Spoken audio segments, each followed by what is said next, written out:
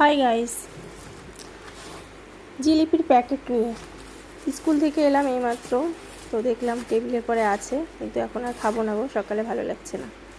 তো চলো ঝটপট কিছু বানিয়ে খেয়ে নিই। এই যে এগুলো হাঁসের ডিম, আমার বান্ধবী দিয়ে গেছে আর কি। তো দেখো এক্সট্রা ভালোবাসা।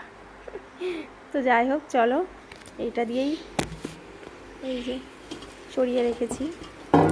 ওরে বাবা, এগুলো না এর মানে খোসাটা ভীষণ শক্ত হয় গো, পোলট্রির ডিম হলে ভেঙে যেত। তো চলো এটা একটু অমলেট করব,